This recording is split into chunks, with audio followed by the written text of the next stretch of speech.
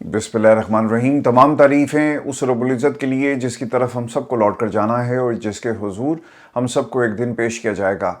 अस्सलाम वालेकुम नाज़रीन, मैं इरफान हाशमी लंदन स्टूडियो से आपको प्रोग्राम में खुशामदीद कहता हूं। दोस्तों, आज 29 मई है, दिन है जुमे का और आज की हमारी ये पहली वीडियो है। दोस्तों, प्रोग्राम शुरू करने से पहले मेरी आप तमाम सुनने और देखने वालों से दरख्वास्त है कि आप चैनल को ज़रूर सब्सक्राइब कर लें। हमारा 1 मिलियन का टारगेट है by the end of this year. अल्लाह ताला के हुक्म से और आप तमाम दोस्तों के ताउन से हम इसे ज़रूर अचीव करेंगे। दोस्तों, खबर ये है कि आसिफ अली जरदारी की एक तकरीर, और ये तकरीर नून लीग पर भारी पड़ने वाली है क्योंकि ये पॉलिश और मालिश का मुकाबला है।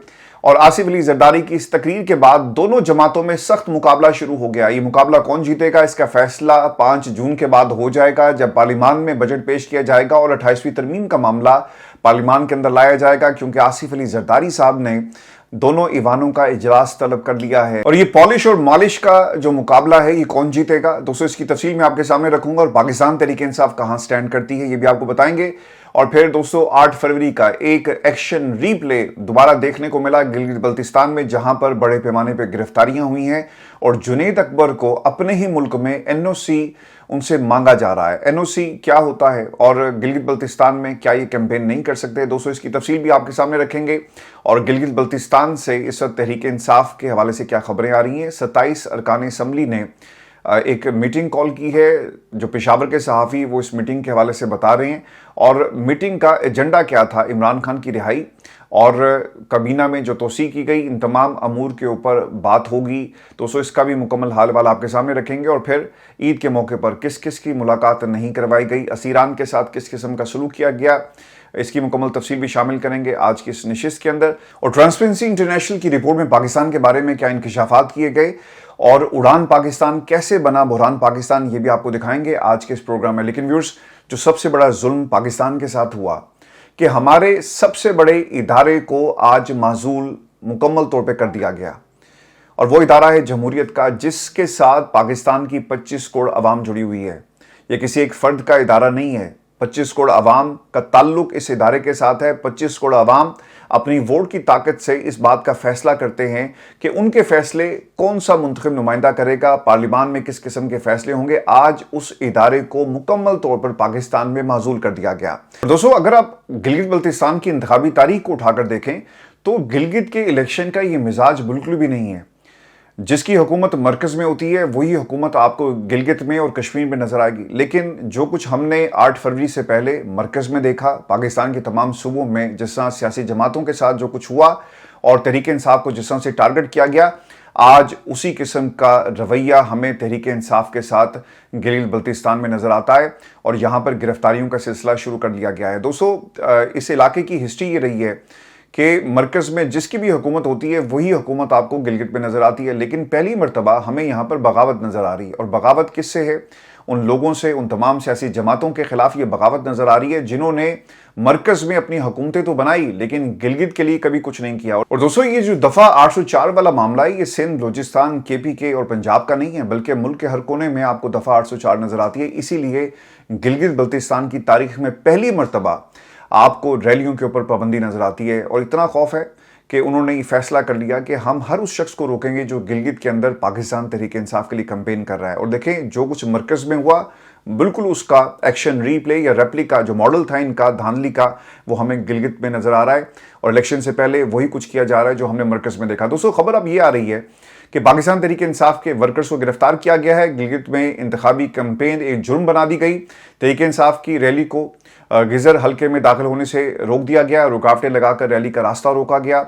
और जुनैद अकबर साहब के बारे में ये खबर आ रही है कि उनको गिरफ्तार कर लिया गया है। अब क्यों गिरफ्तार किया गया, उनके बारे में ये बताया जाता है जी कि डिमांड ये किया जा रहा था कि आपके पास NOC नहीं है, यानी अपने मुल्क में आपको घूमने फिरने के लिए, इलेक्शन कैंपेन में हिस्सा लेने के लिए NOC की ज़रूरत पड़ेगी। और इसके बाद जुनैद अकबर साहब को गिरफ्तार किया गया, वर्कर्स को भी गिरफ्तार कर लिया गया है। और पाकिस्तान तहरीक इंसाफ को जो कैंपेन है इसकी इजाज़त नहीं दी जा रही। इलेक्शन कमीशन कहाँ पर है, उससे ये सवाल किया जाए कि तमाम जो असूल ज़वाबित हैं वो क्या पाकिस्तान तहरीक इंसाफ के लिए हैं या फिर उन तमाम सियासी जमातों के लिए भी जिनको रियासत पूरा प्रोटोकॉल देगी। देखिए, ये जो 28वीं तरमीम वाला मामला है ना, इसके ऊपर ऐसा लग रहा है कि डील हो गई है और आसिफ अली जरदारी साहब को शायद गिलगित बल्तिस्तान प्लेट में रखकर दे दिया जाएगा। उनकी हुकूमत गिलगित के अंदर भी बनाई जाएगी और इसी बुनियाद के ऊपर 28वीं तरमीम का मामला शायद कहीं सेटल डाउन हो गया और जो कल की तकरीर थी उसमें जो इस्टेब्लिशमेंट को मजबूत करने की बात की जा रही है वो भी एक बहुत बड़ा क्लू है। और दोस्तों, जहां पर आसिफ अली जरदारी साहब इन एक्शन है और मुकाबला सख्त हो गया है पालिश और मालिश का, वहीं पर पाकिस्तान तहरीक इंसाफ के 27 अरकान जिन्हें हमायत हासिल है अली मीन गंडापुर की, उनका आज इजलास पेशावर में हो रहा है और बताया जाता है कि इजलास में वज़ीर आला सोहेल अफरीदी की जो काबीना में तोसी है इसका मामला ज़ेर गौर आएगा। कुछ मुतालबात उनके सामने रखे जाएंगे और ये वही लोग हैं जिन्हें इक़्तिदार चाहिए, जिन्हें इमरान खान नहीं बल्कि इमरान खान का सिर्फ नाम, उसका मैंडेट चाहिए जिसकी बुनियाद के ऊपर ये हुकूमतें कर रहे हैं। और इसके अंदर एक चीज़ ये भी बताई जाती है, जो पेशावर के सहाफ़ी हैं उनके मुताबिक कि इमरान खान की रिहाई जैसे मुतालबात भी सामने रखे जाएंगे और आइंदा सूबाई बजट में क्या डिस्कस होगा ये भी बात होगी। और सोहेल अफरीदी पर जोर दिया जाएगा कि वो और पार्टी लीडरशिप आइंदा का लाएमल तय करें। देखें, अब काम ये हो रहा है कि कुछ लोगों के ज़रिए सोहेल अफरीदी के ऊपर बजट से पहले ही प्रेशर बढ़ाया जाएगा और इसके साथ साथ सोहेल अफरीदी की काबीना वाला जो मामला है इसे भी कंट्रोवर्शियल बनाया जाएगा और इमरान खान की रिहाई का ये नाम सिर्फ इस्तेमाल करेंगे। और दोस्तों, अगर ये 27-28 अरकान वाकई इमरान खान से मुखलिस होते तो मंगल और जुमेरात को ये अडयाला के बाहर होते। और जो खबरें इनके बारे में आ रही हैं बाहर कि अली मीन गंडापुर के हामी हैं, तो अली मीन गंडापुर तो अपनी कुर्सी से उतरने के बाद बहनों के साथ जाकर खड़ा नहीं हुआ। ये सिर्फ पावर पॉलिटिक्स है और एक प्रेशर टैक्टिक्स हैं जिसके जरिए सोहेल अफरीदी के ऊपर ये प्रेशर डालेंगे ताकि आवाम को भी लगे ना कि देखें जी इमरान खान की रिहाई की बात कर रहे हैं। असल मामला काबीना में तोसी का है, असल मामला सोहेल अफरीदी के ऊपर एक प्रेशर बिल्डअप करना है। तो ये 27 लोग किसी तरह भी इमरान खान के साथ मुखलिस नहीं हो सकते। हम 2.5 बरस से जी इनके रवैये देख रहे हैं, यहाँ पर सोहेल अफरीदी पर तनकीद शुरू हो गई है। तो ये 27 अरकान कौन सा तीर मारेंगे इस मीटिंग के अंदर, जो इनकी हिकमत अमली, इन्होंने सिर्फ सोहेल अफरीदी को कॉन्ट्रोवर्शियल बनाना है। दोस्तों, खबर अब ये भी आ रही है आसिफ अली जरदारी, चूंकि मुकाबला है पालिश और मालिश का और बजट इजलास ही तलब कर लिया है। और दोस्तों, जो इसमें इंपॉर्टेंट खबर है कि आसिफ अली जरदारी साहब ने 5 जून को दोनों ईवानों का बजट इजलास तलब कर लिया है और जराये के मुताबिक रवां साल 60 से ज़ायद अरकान पार्लियामेंट हज की अदायगी के लिए सऊदी अरब गए, जिनकी जून के पहले हफ्ते के अवाइल में वतन वापसी मुतवक्किल है। देखें, खबर पता क्या है इसमें, खबर ये है कि ये जो 60 के करीब लोग गए, ये ज़रूर पता करवाया जाए, राइट टू इन्फॉर्मेशन यह हर पाकिस्तानी का हक है कि इनकी हज की अदायगी के जो पैसे थे, खर्चात, वो किसने बर्दाश्त किए? पाकिस्तान की आवाम ने किए, टैक्स पेयर ने किए, कौमी ख़जाने से इनको दिया गया, या फिर सऊदी अरब का कोई कोटा था जिसमें इन तमाम लोगों को एडजस्ट किया गया? मेरा ख्याल है कि हर पाकिस्तानी का हक है। हम ये तो ज़रा चेक कर रहे हैं कि ये जो नेकियां समेट रहे हैं वो किसके पैसे से नेकियां समेटी जा रही हैं और इसमें कोई मुज़ायका नहीं है। और बल्कि इनको खुद डिक्लेयर कर देना चाहिए कि ये हज सरकार ने आपको करवाया, सऊदी सरकार ने आपको करवाया, या फिर पाकिस्तान की आवाम के पैसे से। देखें, 12 से 13 लाख रुपया आपको देना पड़ता है हज की अदायगी के लिए। और ये जो 60 के करीब लोग हैं, ये इनका पैसा किसने अदा किया? ये ज़रूर सवाल इन लोगों को इनके सामने रखना चाहिए और इसका जवाब ज़रूर आना चाहिए। दोस्तों, जो अहम सवाल हैं कि क्या पाकिस्तान पीपल्स पार्टी मान गई है? और लग यही रहा है कि जो सेशन कॉल कर लिया गया है बजट का, उससे लग ये रहा है कि पाकिस्तान पीपल्स पार्टी का इस्टेब्लिशमेंट के साथ कोई मुआहदा हो गया है, डील हो गई है और कुछ लोग कुछ दो की बात है। और गिलगित बल्तिस्तान के इलेक्शन इस हवाले से बहुत ही इंपॉर्टेंट है। दोस्तों, गिलगित बल्तिस्तान के इलेक्शन में ना 2 फैक्टर बड़े इंपॉर्टेंट हैं। पहला फैक्टर ये है कि इजलास को 2 दिन तक जारी रखा जाए, जो बजट इजलास है, और उसकी वजह यह है कि अगर बजट पास कर दिया गया तो इसका एक डायरेक्ट इम्पैक्ट इलेक्शन के नतीजे के ऊपर पड़ेगा। लोग आपसे बदजन हो सकते हैं कि भाई देखें, हमारे लिए तो इस बजट में कुछ नहीं रखा गया, लेकिन मुझे नहीं ऐसा लगता, चूंकि यहाँ पर फॉर्म 47 से ईजाद हो चुका है, फस्तायत के हथकंडे इस्तेमाल किए जा रहे हैं, एनओसी मांगा जा रहा है, लोगों को गिरफ्तार किया जा रहा है। आपने वही सब कुछ किया जो आपने 8 फरवरी को पाकिस्तान तहरीक इंसाफ के साथ मरकज़ में किया। तो अब तो बहुत सारी चीज़ें इन्होंने ईजाद कर ली हैं जिन्हें इस्तेमाल किया जाएगा। तो बजट, इसका कोई असर नहीं होगा। यहाँ पे जिन्होंने जिसकी हुकूमत लेकर आनी है उसको ये हुकूमत दे दी जाएगी। दूसरी तरफ पाकिस्तान पीपल्स पार्टी के साथ जो मुमकिना एक डील है ना इस्टेब्लिशमेंट की, कि हमें गिलगित की हुकूमत भी दी जाए और हम आपके साथ 28वीं तरमीम के साथ खड़े हैं, आपके साथ खड़े हैं और हम आपको मजबूत करेंगे, ये फैक्टर ज़्यादा मुझे स्ट्रॉन्ग लगता है। दोस्तों, ट्रांसपेरेंसी इंटरनेशनल की एक रिपोर्ट आ गई है और मैं आपको याद करवाना चाहूँगा कि राना साहब ने कहा था कि अगर हालत जंग में हम ना होते तो हम पाकिस्तान में अवाम के लिए कुछ करते। अच्छा, इनके हज भी हो रहे हैं, इनकी घरों में कुर्बानियाँ भी हुई होंगी, इनकी गाड़ियों में पेट्रोल भी डलता है, इनको रिलीफ भी दिया जाता है, इनके जहाज़ भी उड़ रहे हैं, लेकिन पाकिस्तान की आवाम को ये कहते हैं कि जनाब हम हालत जंग में हैं। शहबाज शरीफ साहब के कपड़ों के ऊपर बाकायदा पैकेजेस भी बनवाए जाते हैं, महंगे कपड़े पहनते हैं और उनका जो लाइफस्टाइल है वो बादशाहों वाला लाइफस्टाइल है। इनकी शादियां भी आपको लाइव टीवी पर दिखाई जाती हैं, उन शादियों पे कितना पैसा खर्च होता है और जो फोटोग्राफर्स आते हैं उनको भी तमगाए हुस्न कारकर्दगी दे दिया जाता है। लेकिन अवाम के लिए क्या है? इंतज़ार, सब्र और अगर हम हालत जंग में ना होते तो हम पाकिस्तान की आवाम के लिए ज़रूर कुछ करते, ये राना साहब कह रहे हैं। दोस्तों, राना साहब की इस स्टेटमेंट को अगर आप ब्रॉडर पर्सपेक्टिव में इसको एनालाइज करें, चूंकि बजट आ रहा है, तो आलमी मार्केट में तेल की कीमतें 25% से ज़ायद कम हो चुकी, मगर इसका असर पाकिस्तानी अवाम तक यानी जो फायदा है वो नहीं पहुंचा। दोस्तों, आलमी मार्केट में तेल की कीमत कुछ भी हो जाए, लेकिन तेल की कीमत का तयन पाकिस्तान में हुकूमत की नालायकी की बुनियाद पर किया जाता है। टैक्स के अहदाफ पूरे ना कर सको तुम, FBI नालायक निकले तुम्हारी, लेकिन पाकिस्तान में गरीब इसकी कीमत अदा करता है। जो शख्स गलती से पेट्रोल स्टेशन पर चला गया ना, वो इनके जाल में फंस जाएगा और जो इन्होंने ट्रैप लगाया हुआ है उसे टैक्स अदा करना पड़ेगा। दुनिया भर में अगर आपकी जो इनकम है और वो उस टैक्स ब्रैकेट में नहीं आती जहां पे टैक्स लगना चाहिए, वो आप टैक्स नहीं देते। बरतानिया का यही कानून है। सरकार लोगों की मदद करती है और अगर आपके पास इतना पैसा नहीं कि आप अपनी ज़िंदगी को जो बुनियादी ज़रूरियात हैं उसकी पूरी कर सकें, तो सरकार आपके रेस्क्यू के लिए आ जाती है और टैक्स आपको उससे एग्जेम्प्ट कर दिया जाता है, क्योंकि आपकी इनकम जो हाउस होल्ड इनकम है वो इतनी नहीं कि उस पर टैक्स लग सके। लेकिन पाकिस्तान के अंदर चाहे आप गरीब हैं चाहे आप अमीर हैं, बल्कि गरीबों के ऊपर जो मोटरसाइकिल चला रहा है वो ज़्यादा महंगा पेट्रोल इस्तेमाल कर रहा है बनिस्बत उन लोगों के जिनके पास जहाज़ हैं। तो पाकिस्तान के अंदर जो आलमी जो प्राइसेस हैं वो क्या बताती हैं? तेल महंगा हुआ, हुकूमत ने पहले रोज़ 55 रुपये का इसमें इजाफा किया। आलमी मार्केट के मुताबिक आज पेट्रोल और डीजल की कीमत में कम से कम जो कमी है वो 60 रुपये बनती है, लेकिन नहीं की गई। दोस्तों, पाकिस्तान की इस हुकूमत का ये तीसरा बजट है और अब तक तो खैर मेरा ख्याल है शहबाज शरीफ साहब का ये शायद चौथा बजट है, क्योंकि उनकी हुकूमत को 4 साल हो चुके हैं। PDM के दौर में भी बजट आए, आज भी बजट आ रहे हैं। तो अब तक तो दूध और शहद की नहरें पाकिस्तान में बहती हुई हमें नजर आनी चाहिए। आपको तो टिकट लगा देना चाहिए था इन दूध और शहद की नहरों के ऊपर और पाकिस्तान से बाहर लोगों को बुलाकर आप दिखाते कि देखो दुनिया में पहला मुल्क है जहां पे दूध और शहद की नहरें, और आओ आपको पाकिस्तान के हालात दिखाते हैं।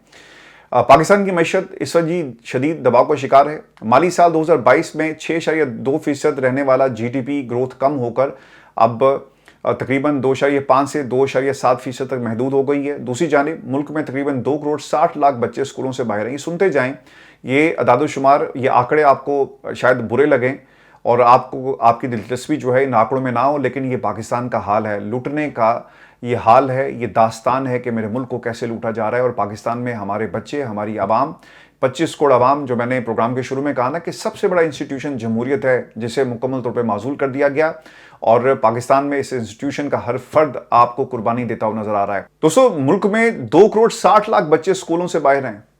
ये बहुत बड़ा नंबर है। 25 करोड़ आबादी में 2 करोड़ 60 लाख बच्चे स्कूल नहीं जाते, और जो लोग जा भी रहे हैं वो कौन सा कोई उनको ऐसी तालीम दी जा रही है कि वो दुनिया में इंटरनेशनल मार्केट से कम्पीट कर सके। हमारे यहाँ रिसर्च को कभी भी स्कूल्स, कॉलेजेस और यूनिवर्सिटीज़ में इसको एक हिस्सा, एक बुनियादी जो जुज़्व है वो बनाया नहीं गया। आप देख लें कि आप इंटरनेशनली कम्पीट ही नहीं कर सकते, क्योंकि रिसर्च को हमने कभी अपनी यूनिवर्सिटीज़ में उस तरह से किया नहीं जो इंटरनेशनल स्टैंडर्ड्स के मुताबिक हों। तो पाकिस्तान में मेजॉरिटी ऐसे लोगों की है जो स्कूल नहीं जाते, मेजॉरिटी ऐसे लोगों की है जो कॉलेज जाते हैं लेकिन वहाँ पर वो तालीम नहीं मिलती जो आप इंटरनेशनल स्टैंडर्ड्स के साथ कम्पीट कर सकें।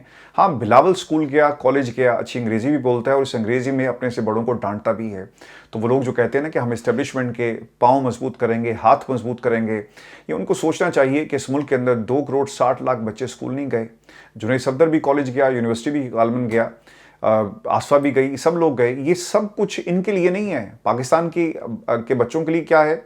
और जब इनसे सवाल किया जाता है तो आपके खिलाफ पूरी रियासत जो है मुतहरिक हो जाती है, चूंकि ये टीम बी बनकर पाकिस्तान की इस्टेब्लिशमेंट के ये इस वक्त आपको खेलते हुए नजर आते हैं। दोस्तों, ट्रांसपेरेंसी इंटरनेशनल की एक रिपोर्ट, और इस रिपोर्ट के मुताबिक करप्शन के हवाले से पाकिस्तान का शुमार दुनिया के बदतरीन ममालिक में होता है और 2025 में इसकी दर्जाबंदी 142 ममालिक में 136 नंबर पर रही। IMF की रिपोर्ट के मुताबिक करप्शन, कमज़ोर तर्ज हुक्मरानी और इशराफिया को हासिल मराद के बायस पाकिस्तान को हर साल अपनी GDP का तकरीबन 5 से 6.5% नुकसान बर्दाश्त करना पड़ता है। यानी करप्शन हो रही है, GDP का 6 यानी 5% उसमें से निकल जाए, बचता क्या है? कुछ भी नहीं बचता। यहाँ पे ग्रोथ ही 2.5 है, लेकिन पाकिस्तान के इस GDP को लोग अपनी करप्शन की, इसलिए मैंने कहा था ना कि ये जो हज करने गए ये तो चेक करवाएं कि इन्होंने अपने पैसे से हज किया या फिर ये पाकिस्तान की आवाम के पैसे से हज कर रहे हैं। दोस्तों, ये जरदारी साहब एंड कंपनी और हाउस ऑफ शरीफ की जो गाड़ियां चलती हैं, ये इनकी जेब से पैसा नहीं जाता, ये पाकिस्तान की आवाम का टैक्स पेयर का पैसा है। ये इनके हेलीकॉप्टर, इनके जहाज जो आपको उड़ते हुए नजर आते हैं, ये इनके दादा अबू की जागीर नहीं थी, ये पाकिस्तान की आवाम की 25 करोड़ आवाम की जागीर है। आपने ये 25 करोड़ आवाम और जमहूरियत जो इंस्टीट्यूशन है इसे भूलना नहीं है, जिसका जिक्र मैंने प्रोग्राम के शुरू में किया। दोस्तों, इसके साथ साथ पाकिस्तान का मुआशी, कानूनी और इंसानी हकूक का बुरान मुसलसल शिद्दत इख्तियार कर रहा है। माली साल 2025 में पाकिस्तान का मजमूई अवामी कर्ज बढ़कर तकरीबन 80.5 ट्रिलियन रुपए तक पहुंच चुका है। आप यकीन करें, मुझसे अगर आप ये पूछें कि 80 ट्रिलियन में कितने सिफर आते हैं, मुझे नहीं पता। आप तमाम दोस्तों से मेरी दरखास्त है कि 80 ट्रिलियन में कितने सिफर आते हैं, जरा कमेंट सेक्शन में लिखकर बताएं कि हमारे कर्ज का अब कोई हिसाब नहीं है। और ये कर्जा मौजूदा हुकूमत ले रही है, और इससे पहले इतना कर्जा पाकिस्तान की तारीख में कभी नहीं लिया गया। और शहबाज शरीफ साहब कहते हैं कि हम हालत जंग में हैं। कर्जों का हजम जीडीपी के तकरीबन 70% के बराबर हो चुका है। अप्रैल 2022 में इमरान खान के इक़्तिदार छोड़ने के वक्त ये कर्ज 49.2 ट्रिलियन रुपए था, यानी सिर्फ चंद बरसों में कौमी कर्ज में 63% से ज्यादा इजाफा हुआ। अब मैं आपको ना वर्ल्ड बैंक की एक रिपोर्ट भी बता देता हूँ, और इसके मुताबिक तकरीबन 44.7% पाकिस्तानी आबादी रोजाना $4.20 से कम आमदन पर जिंदगी गुजार रहे हैं। इंटरनेशनल जी स्टैंडर्ड्स हैं कि रोजाना आपको जो पैसे मिलने चाहिए वो $4.20 हैं। तकरीबन ये मेरा ख्याल है कि कोई 1500-1600 रुपया पाकिस्तानी बन जाता है। इतने पैसे भी पाकिस्तान की आवाम नहीं कमा रही, और पाकिस्तान में हर वो शख्स जो पेट्रोल स्टेशन पे चला गया ना, वो लेवी की मद में टैक्स अदा कर रहा है। ये जुल्म हो रहा है ना। और कल मैं अताउल्लाह ईसा खिलवी का एक जुमला सुन रहा था कि कूफियों ने क्या किया, वो खामोश रहे। ये जुल्म आप लोगों के साथ हो रहा है। इमरान खान के साथ अकेले तो जुल्म नहीं हो रहा, ये आपके ऊपर मुनहसर है कि आप किस किस्म का एहतजाज करेंगे, मुज़ाहमत करेंगे, ये आपका फैसला है। कूफे वालों ने क्या किया और क्या हुआ, और खामोशी थी ना, खामोशी थी, जुल्म हो रहा था, वो खामोश रहे। आज जुल्म सिर्फ इमरान खान के साथ नहीं हो रहा, ये जुल्म आपके साथ भी हो रहा है, हम सब के साथ हो रहा है। हर शख्स अपनी इस्तात के मुताबिक, अपनी हिम्मत के मुताबिक इस निज़ाम के खिलाफ लड़े, इस निज़ाम को बुरा कहे, इस निज़ाम को एक्सपोज करे। दोस्तों, फ्रीडम जो इंडेक्स है, ये सबसे ज़्यादा पाकिस्तान में हमें मुतासिर होता हुआ नज़र आया, और इसकी सबसे बड़ी मिसाल मेरे जैसे कई सहाफ़ी आपको मिलेंगे जिन्हें पाकिस्तान के मीडिया के ऊपर बर्दाश्त नहीं किया जाता, या नौकरियां नहीं है। आप देख लें, 5-6 साल हो गए, हम तो बिल्कुल ही बेरोज़गार बैठे हैं, लेकिन मेरे रब का ये फ़ैसला है। लेकिन दोस्तों, रिस्क का जो मामला है ना, इस पर कुदरत मेरे रब की है। अगर ये इंसानों के इख्तियार में होता ना, तो ये सारा रिस्क घरों को ले जाते, जिनके पास भी कंट्रोल होता। तो इसलिए रिस्क देने वाली जो ज़ात है वो मेरे रब की है। और ये इंडेक्स आप देख लें क्या है, प्रेस फ्रीडम इंडेक्स 2026 में पाकिस्तान 180 ममालिक में से 153 नंबर पर आ गया। इंसानी हकूक़ की जो खिलाफ वर्जियाँ आपको पाकिस्तान में हर लेवल पर होती हुई नजर आएंगी। हर शख्स ने जी अपनी एक प्राइवेट फोर्स बनाई हुई है, और उस प्राइवेट फोर्स को इस्तेमाल किया जाता है पाकिस्तान में लोगों के खिलाफ। और दोस्तों, ये जो उड़ान पाकिस्तान था ना, अब ये बुरहान पाकिस्तान बन चुका है। ये अरस्तू साहब को सिर्फ सवाल किया जाए कि आंखें खोलें और देखें पाकिस्तान के हालात, जो आपकी मौजूदा कारकर्दगी है आपके बजट से पहले दुनिया के सामने आ गई, और आप क्या कर रहे हैं पिछले 3 वर्षों में, 4 वर्षों में आपने पाकिस्तान के हालात को क्या से क्या बना दिया। और इनसे जब सवाल करते हैं ना, तो ये आपको एक ही बात कहते हैं कि अगर नवाज शरीफ की हुकूमत ना जाती तो हम एशियन टाइगर बन जाते। अगर हमें अगले 20 साल दे दिए जाएं तो इन पॉलिसीज़ को हम देखें किस तरह से अमल दरामद करवाते हैं और पाकिस्तान तरक्की करे। यानी 20 साल से इंतज़ार करिए, और फिर हम इनसे ये सुनेंगे कि नहीं जी, हमारे पास ऐसे मौके नहीं थे। यानी तुम पाकिस्तान की आवाम के पैसे पर याशियाँ करो, हज करो, गाड़ियाँ ख़रीदो, तुम्हारी गाड़ियों के पेट्रोल भरे जाएं पाकिस्तान की आवाम के पैसे से, और आखिर में हमें 20 साल बाद ये सुनने को मिले कि हमारे साथ इस्टेब्लिशमेंट ने धोखा कर दिया, हमारे साथ पाकिस्तान की आवाम ने धोखा कर दिया। जैसा कि शहबाज शरीफ साहब कहते हैं कि जो सपोर्ट इस लाडले को मिल रही है, अगर हमारे पास होती। और मेरे भाई, आज की जो सपोर्ट है, आज तो हुकूमत ही उन लोगों की आपकी सारी मिलकर चल रही है, सारी सपोर्ट ही आपको दे रहे हैं। आज कम से कम पाकिस्तान में तरक्की और दूध और शहद की नहरें हम देख लें। हुज़ैफा रहमान साहब भी कहते हैं जी कि नवाज शरीफ का मुतबादिल भी नवाज शरीफ है, नवाज शरीफ का मुतबादिल नवाज शरीफ है। और नवाज शरीफ की सबसे बड़ी खूबी है कि वो डट जाते हैं। मैं आपको ना कुछ चीज़ें याद करवा देता हूँ कि नवाज शरीफ साहब कब कब डटे, और इनकी डटने की ये खसूसियत किस तरह से हुज़ैफा रहमान साहब को बहुत ही अच्छी लगती है।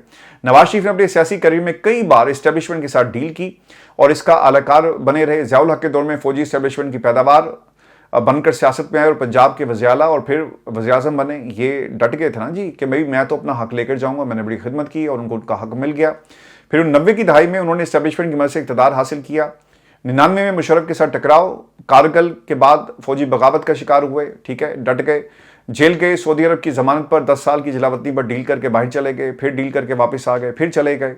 2008-7-8 में वापसी के लिए भी एस्टेब्लिशमेंट से मुफाहमत की, डट गए। 2013 में हुकूमत बनाई मगर बाद में तनाव का शिकार हो गई, डट गए। 2017-18 के बाद पनामा केस और जेल से लंदन जाते हुए एस्टेब्लिशमेंट की सहूलत मिली, डट गए, कभी हम तो अपना जो हिस्सा है और अपना जो हक है वो आपसे लेकर जाएंगे। फिर 23 में वापसी, मफाहमत, डील का नतीजा, अदालत खुद चल के हाथ बांध करना ऐसे बाऊजी के सामने खड़ी हुई और बाऊजी ने पाकिस्तान की एस्टेब्लिशमेंट से अपना हिस्सा, अपना हक लिया, डट के हक लिया। यानी इनका ये बॉर्न राइट था कि पाकिस्तान में यही खानदान हुकूमत करेगा। और हमें मिलता क्या जी, अरस्तू साहब का उड़ान पाकिस्तान। सर ये उड़ान पाकिस्तान अब नहीं है, बल्कि ये बुरहान पाकिस्तान बन चुका है। दोस्तों मैं आपको ना आखिर में खबर ये दे दूं, और जो इसराइल को मुसद्दा जो भिजवा दिया गया, गार्डियन की जी एक रिपोर्ट है, और इस रिपोर्ट के मुताबिक अमेरिकी सदर डोनाल्ड ट्रंप ने ईरान से मुआहदे का मुसद्दा इसराइल समेत इत्तेहादी मुल्कों को भेज दिया है, और मुआहदे में आबे हुर्मुज़ और अमरीकी नाकाबंदी खोलने की शिकें शामिल हैं। और अगर मफाहमत की याददाश्त पे दस्तखत हो जाते हैं तो फिर पहले फेज में $12 अरब ईरान को फौरी तौर पर जो है वो रिलीज किए जाएंगे। मुसद्दे में आबे हुर्मुज़ को 30 रोज में जंग से पहले की सतह पर बहाल करने की तजवीज़ दी गई। और बरतानवी अखबार के मुताबिक चीन चाहता है कि मुआहदे की हतमी तौसीक अक़वाम मुत्तहिदा करे। जेडी वेंस के मुताबिक ईरान अमरीका के साथ मुआहदा करना चाहता है। अमरीका और ईरान जंगबंदी में तौसीक के मुआहदे पर काफ़ी पेशरफ्त हुई। हम चंद निकात पर बातचीत कर रहे हैं और सदर डोनाल्ड ट्रंप अभी मुआहदे की मंजूरी के लिए तैयार नहीं। मजीद पेशरफ्त के बाद सदर मुआहदे की तौसीक की पोजीशन में आ जाएंगे। ये देखें जी, ये जो अक़वाम मुत्तहिदा वाला मामला ना, ये बहुत ही इंपॉर्टेंट है।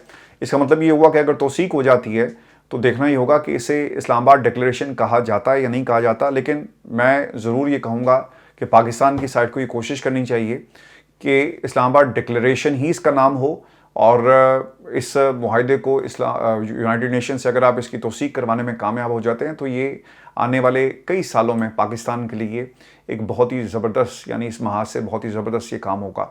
दोस्तों मैं आपको एक खबर ये भी दे दूं कि गज़ा के 70% इलाके पर कब्ज़े की खबर है, और इसराइली वज़ीर-ए-आज़म ने गज़ा जंगबंदी मानने से इनकार कर दिया है, और नेतन्याहू ने गज़ा के 70% इलाके पर कब्ज़े का हुक्म दे दिया। और मकबूजा मगरबी किनारे में एक गैर कानूनी इसराइली बस्ती में न्यूज़ कॉन्फ्रेंस के दौरान ये कहा कि पहले गज़ा की 50% ज़मीन पर काबिज़ हुए, फिर 60, अब इसराइल की फ़ौज 70% हिस्से पर कब्ज़े का हुक्म दिया है। गज़ा के मज़लूम फ़लस्तीनियों को पहले ही आपने साहिली पट्टी के एक छोटे हिस्से तक महदूद कर दिया, लेकिन अब ये 70% जो इलाका है इस पर कब्ज़ा करने जा रहे हैं। देखें, ये गज़ा पर कब्ज़े का भी एक प्लान था। ईरान जंग शुरू हो गई, ईरान को अपनी पड़ गई, दुनिया को अपनी पड़ गई, और दूसरी तरफ इन्होंने तवज्जो हटाने के लिए, यानी गज़ा, प्लान इनका यही था, अब्राहम अकॉर्ड, और दूसरी तरफ गज़ा की पट्टी पर मुकम्मल कब्ज़ा।